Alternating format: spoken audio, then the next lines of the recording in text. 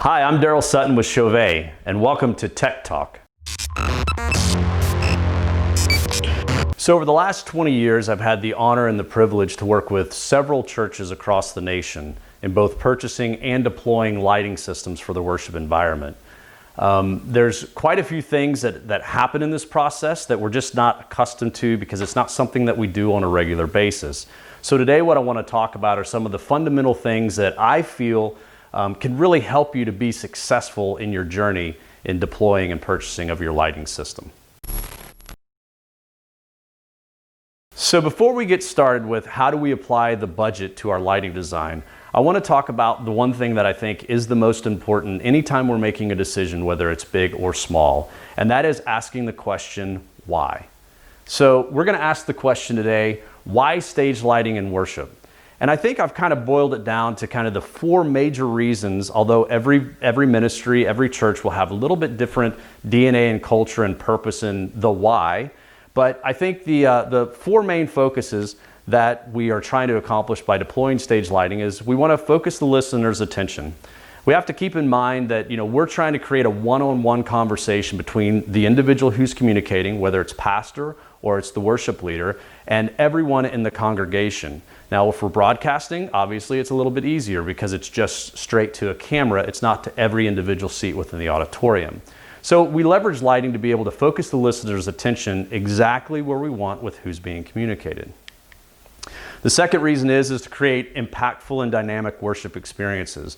We obviously want to create an environment that encourages people to engage in worship, and lighting can absolutely support and kind of help create that visual picture that we're trying to create to allow people to lean into worship and to engage at a higher and deeper level.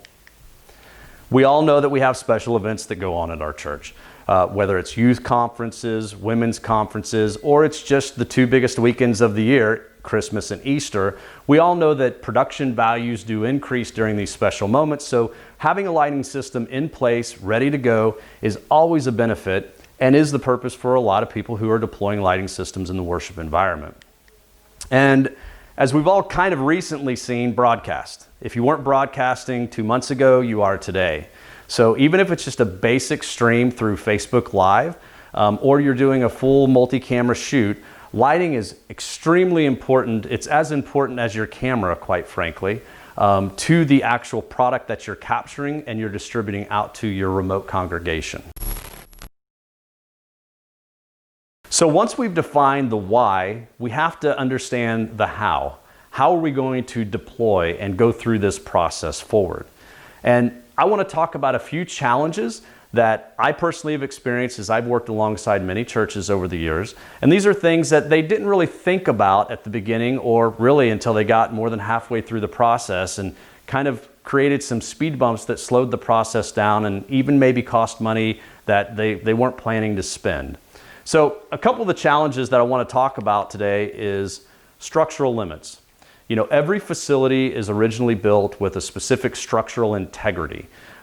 Facilities that were built 15, 20, 25 years ago were not designed to hold heavy weights other than the initial furnishings that were in the building. So when we're coming in and we're deploying lighting rigs and trusses and lighting fixtures and all of this stuff in the space, sometimes our structure may not have the integrity to hold that additional weight. So I highly encourage you to make sure that you either have the information from the structural engineer or contact a structural engineer before you're putting 2,000 to 3,000 to 4,000 pounds additional weight onto your structure to make sure that your structure can actually hold that additional weight.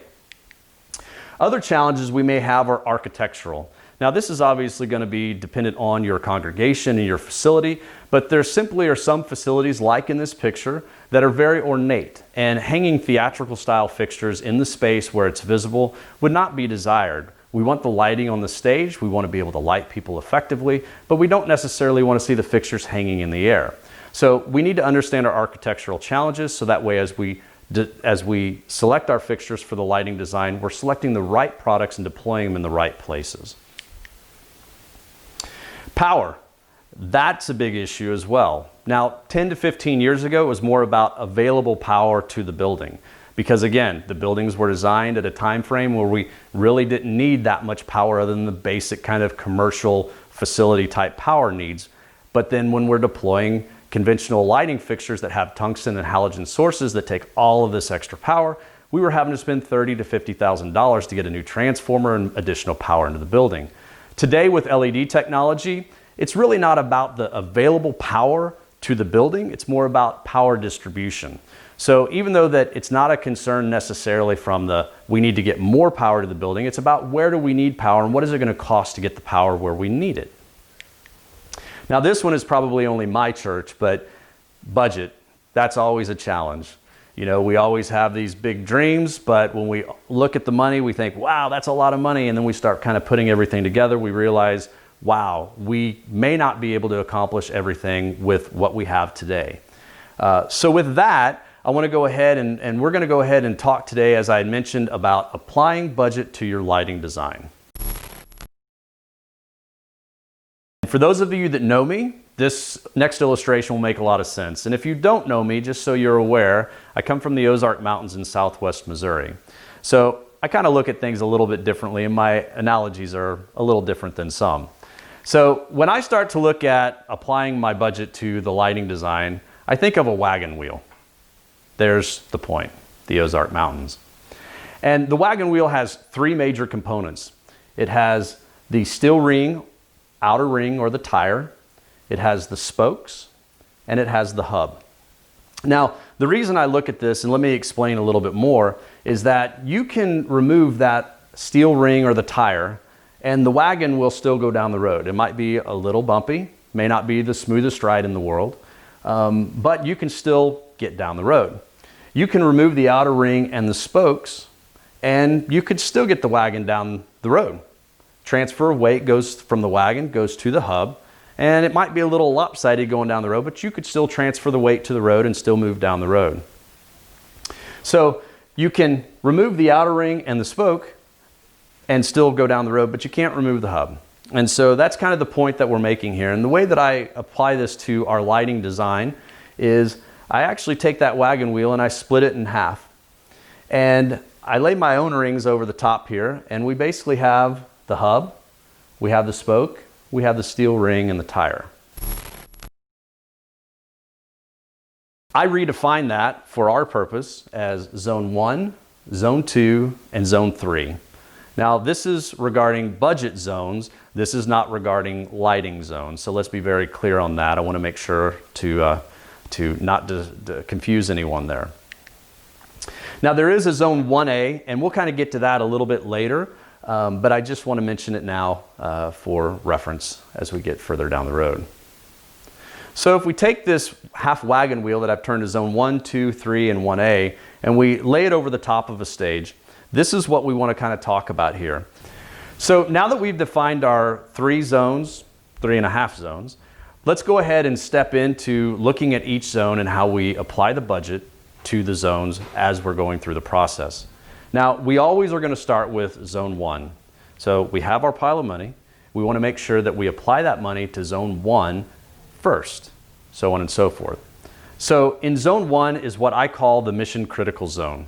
Zone 1 is where 90% of the communication from the stage is going to take place, whether it's spoken word from the pastor or it's lyrical singing being led for congregational style singing from the worship pastor, or maybe a baby dedication.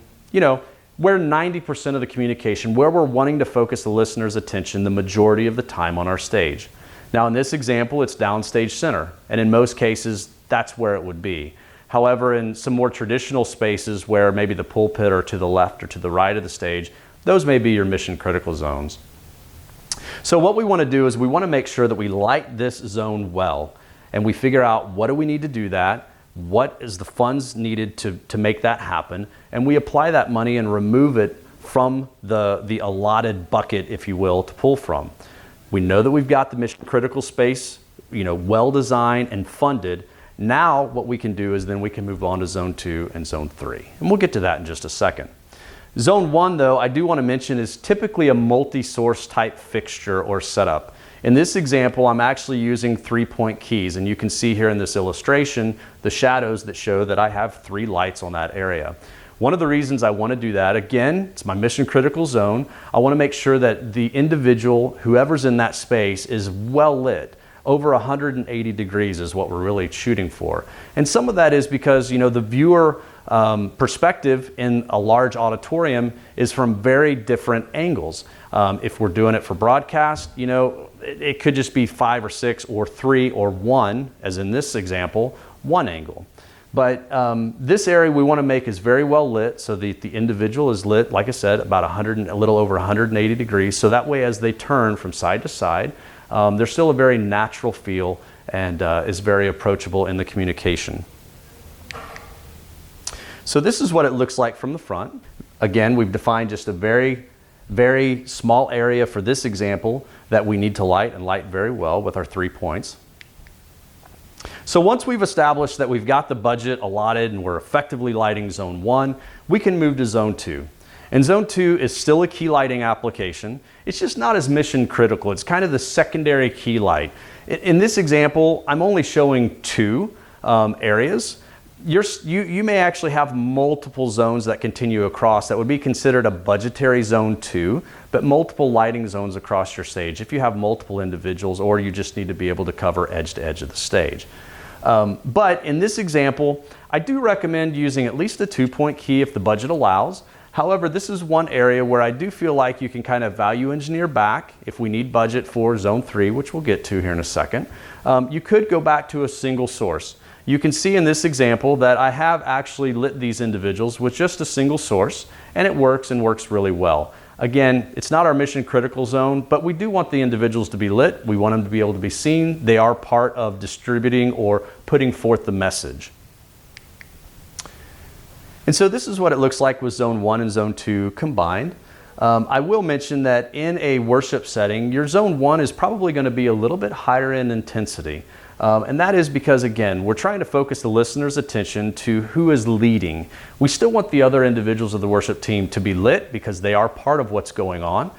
They visually are there. They visually are communicating. But, you know, we're still looking to the worship pastor for kind of the next lead in, if you will, whether it's lyrically or a range of service. So once we have applied our budget to zone 2, we feel like we got 1 and 2. We've set that money aside. We know that that's locked in. It's good. It's ready to go. Now we can move on to zone 3. And zone 3, if I'm going to be honest, is where most people who I talk with initially come to me and say, this is what we want. You know, we want moving light. We want color changers over the stage. We want LED strips. We want LED video walls. And all of that is absolutely great. But a lot of times I have to kind of stop and say, okay, let's talk about budgetary zone 1, budgetary zone 2. And then we can talk about zone 3, because the reality is if zone 1 and zone 2, if we don't get that right, everything else we do on the stage just really doesn't matter, quite frankly. But let me talk about zone 3 just a little bit. So in this example, zone 3 is basically what I call the blanket of light, or the visual picture that we're creating, the background on the stage. I'm actually using this as a band wash. So it is highlighting the band members. A lot of different design approaches there. You know, some people want to key light their band members, and that's okay if that's what you want. For me, I want the band members to be lit. I want them to be seen, but I don't necessarily want to focus the listener's attention to the band member. I want them focused on whoever's leading at that moment. So zone 3 is kind of when we have the rest of the money, we can decide, okay, what are the elements of lighting that are important to us? And there's many what I would call sub-zones within this one zone, because it could be a wash, it could be moving profile fixtures, it could be ground support or scenic elements, back LED wall or LED video strips. So a lot of different things can happen here in zone 3. But again, it's the process of let's make sure zone 1 is right, make sure zone 2 is right, and then we can see what's left over. And really zone 3 is a zone that you can kind of add a little bit as you have a little additional money available over the next 2 to 3 to 5 years. Very easy to add things in as you have a little bit extra money. If we have the foundation of the building right with zone 1 and zone 2, then we can kind of build the walls, we can add some rooms if you want to look at that analogy. And it's a really good way to approach it, and I think is very smart. So if you remembered earlier, we talked about zone 1, 2, and zone 3, but I also had this area up here, which was zone 1A. So let's talk a little bit about zone 1A. It's what I call the creating a 3D object, all right? Kind of self-explanatory, but let's dive in and see what that looks like. So we have zone 1 and zone 2, which is giving us our front key light on the individual. The challenge is sometimes that can be very 1 or 2 dimensional depending on how many sources that we're lighting the individual from the front with. And if we don't have anything else going on, as you can see in this example, in the background, the individuals can look a little bit flat. Now, this is extremely important when we're talking about broadcast, because a broadcast camera doesn't understand really the depth of field, and it's always looking for something to kind of image the next thing up against, if you will. And if we have a black background or a background that just kind of disappears, sometimes an individual or an object can just seem extremely flat. We've all seen the talking head on a black wall, that type of scenario. So what we're talking about with zone 1A is backlighting.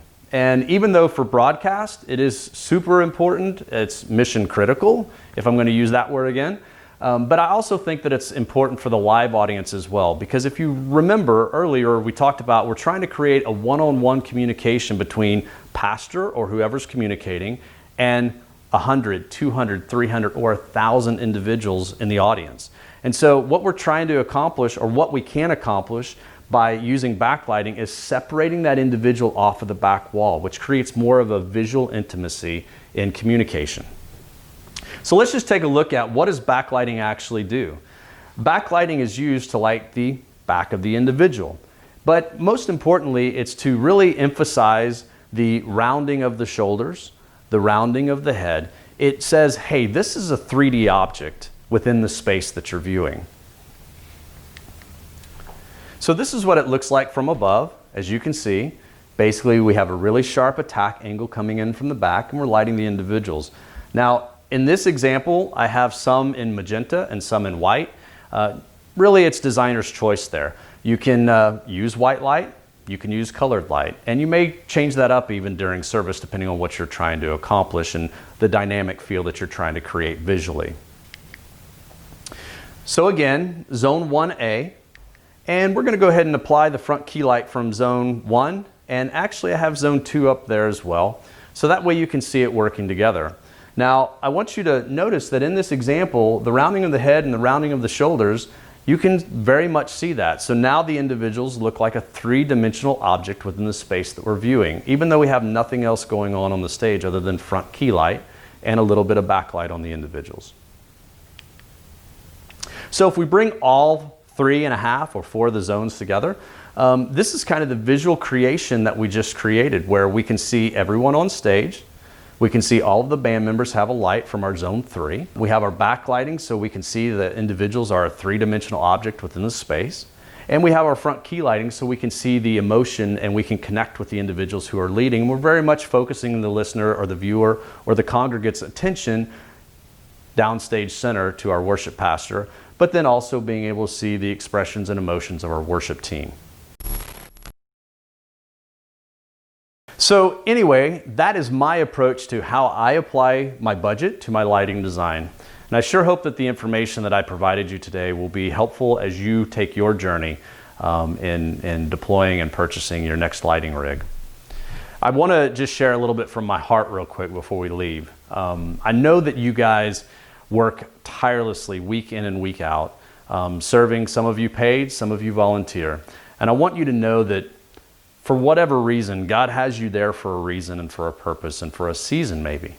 And so I know sometimes it can be a little bit challenging, it can be a little tough, but I would encourage you just to lean into the why. Why has God put me here? Why has God called me here? And focus on growing your how am I going to accomplish this? That was kind of the beginning conversation that we had on approach to lighting design and the budget. And I think it really applies to us on a day in and day out basis as well.